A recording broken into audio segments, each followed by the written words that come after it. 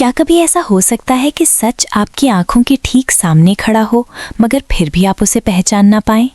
क्या कभी ऐसा हो सकता है कि जिस इंसान पर आप भरोसा करते हैं वही अनजाने में किसी और के खेल का मोहरा बन जाए? कमरे में पसरा सन्नाटा जैसे हर गुजरते सेकंड के साथ और भारी होता जा रहा था। दीवार पर लगी घड़ी की टिक टिक किसी अदृश्य गवाह की तरह सब कुछ देख रही थी, जैसे वो इस कमरे में हो रही हर बात को अपने भीतर दर्ज कर रही हो।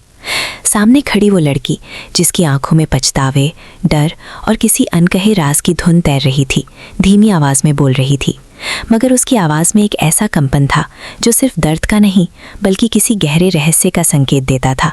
कहा था ना मैंने, शिवराज के साथ मंच, तुमने मेरे साथ ही धोखा किया, मुझसे झूठ बोला। उसके शब्द जैसे कमरे की ठंडी हवा में तैर रहे थे। उसकी आवाज़ टूट रही थी और हर शब्द के साथ उसका आत्मविश्वास भी बिखरता जा रहा था। मगर सामने खड़ा इंस्पेक्टर नवाब सिर्फ उसके शब्द नहीं सुन रहा था, वो उसके शब्दों के पीछे छिपे सच को पढ़ने की कोशिश कर रहा था। एक जासूस की असली ताकत यही होती है कि वो सिर्फ कहानी नहीं सुनता, वो कहानी के बीच की खामोशी को भी समझता है। लड़की अचानक खुद को कोसने लगी। मैं आपसे कुछ मांगने के लायक ही नहीं हूँ। जिसने भी मेरी मदद की है, मुझसे प्यार किया है, मैंने उसे सिर्फ निराश किया है। उसकी आंखों से आंसू गिर रहे थे, मगर उन आंसुओं में भी नवाब को एक अजीब सा डर दिख रहा था, जैसे वो सिर्फ पछता नहीं रही बल्कि किसी ऐसी चीज़ से डर रही हो जिसका नाम लेना भी उसके लिए ख़तरनाक हो। उसने फिर कहा, मैं आपके प्यार के लायक नहीं हूँ। मैंने इतने झूठ ना बोले होते तो कोई मेरा फ़ायदा नहीं उठा पाता। मैं रिश्ते तोड़ देती हूँ, घर तोड़ देती हूँ, सब बर्बाद कर देती हूँ। कमरे में मौजूद हर व्यक्ति उसकी हालत देखकर पिघल सकता था, मगर नवाब नहीं, क्योंकि एक जासूस जानता है कि अपराध की दुनिया में सबसे खतरनाक हथियार आंसू भी हो सकते हैं। नवाब ने धीरे से टेबल पर रखी फाइल खोली। उस फाइल में एक कागज़ था, वही कागज़ जिसने इस पूरे केस को रहस्य में बदल दिया था। लड़की ने कांपते हाथों से वो कागज़ उसकी तरफ बढ़ाया। फेल कराने वाले का नाम इस पे लिखा है, पढ़ लीजिए। नवाब ने कागज़ उठाया। उसकी भौहें सिकुड़ गईं, क्योंकि उस पर लिखा नाम किसी इंसान का नहीं था बल्कि एक अजीब सा वाक्य था, काम से काम रख। कमरे में मौजूद सब लोग एक पल के लिए चुप हो गए। ये नाम तो मैंने कभी नहीं सुना, किसी ने धीरे से कहा, मगर नवाब की आंखों में अचानक चमक आ गई। उसने धीमी आवाज़ में कहा, फेक नाम। जिसने भी ये लिखा है बहुत स्मार्ट है।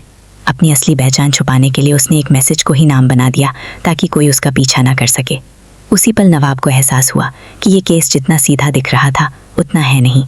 ये सिर्फ एक धोखे की कहानी नहीं थी बल्कि एक ऐसी साजिश थी जिसमें हर इंसान एक मोहरा था और असली खिलाड़ी अभी भी छाया में छुपा बैठा था, जो हर चाल बहुत सोच समझकर चल रहा था।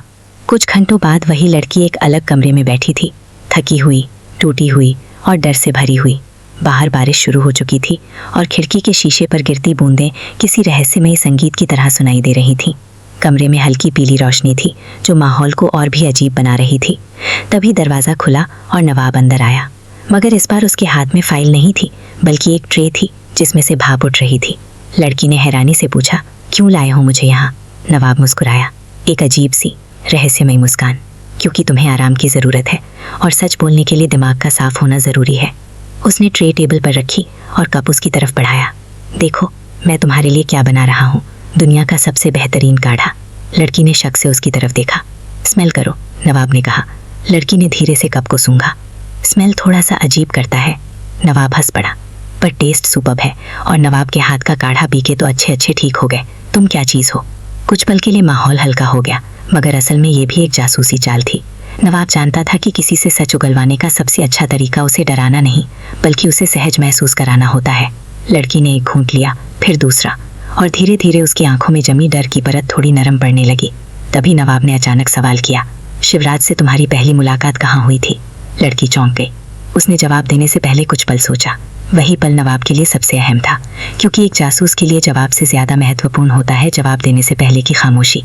उस खामोशी में अक्सर सच छुपा होता है।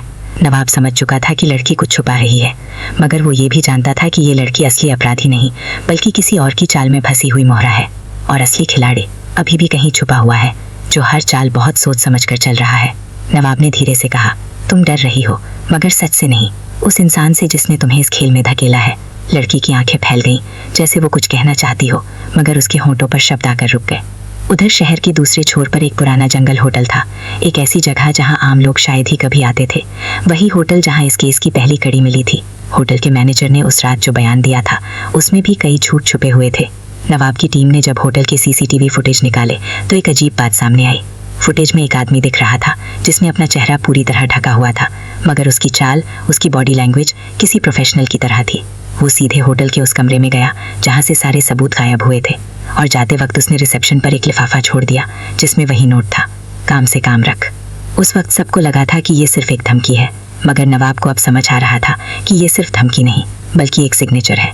जैसे कोई कलाकार अपनी पेंटिंग पर साइन करता है, वैसे ही ये रहस्यमयी अपराधी अपने हर अपराध के बाद यही मैसेज छोड़ता है। नवाब की आंखों में अब एक अलग ही चमक थी, क्योंकि उसने इस तरह का पैटर्न पहले भी देखा था। कई साल पहले एक अनसुलझा केस जिसमें हर क्राइम सीन पर यही लाइन लिखी मिली थी। उस केस का नाम पुलिस फाइलों में था द शैडो गेम, और उस केस का मास्टरमाइंड कभी पकड़ा नहीं गया था।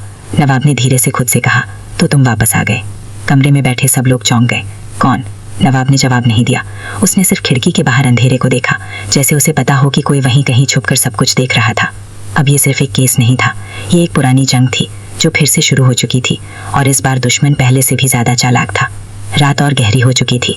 नवाब अपने घर के ड्राइंग रूम में बैठा था, सामने वही लड़की और टेबल पर वही फाइलें, मगर इस बार नवाब के दिमाग में तस्वीर धीरे धीरे साफ होने लगी थी। उसने धीमी आवाज में कहा, तुम्हें पता है जो मेरे पास आता है बर्बाद हो जाता है, ये तुमने कहा था ना। लड़की ने सिर झुका लिया। नवाब ने आगे कहा, पर सच ये है कि तुम बर्बादी की वजह नहीं बल्कि किसी की चाल का हिस्सा हो। लड़की ने हैरानी से उसकी तरफ देखा।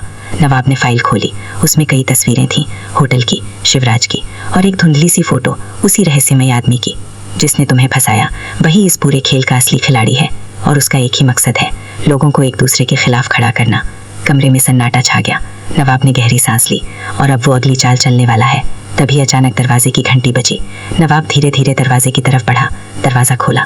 बाहर कोई नहीं था, सिर्फ जमीन पर एक छोटा सा डिब्बा रखा था। नवाब ने डिब्बा उठाया। अंदर एक कागज था। उसने कागज खोला, और जैसे ही उसकी नज़र उस पर लिखे शब्दों पर पड़ी, उसके चेहरे का रंग बदल गया, क्योंकि उस पर वही लाइन लिखी थी, काम से काम रख। मगर इस बार उसके नीचे एक और वाक्य था, गेम अभी शुरू हुआ है।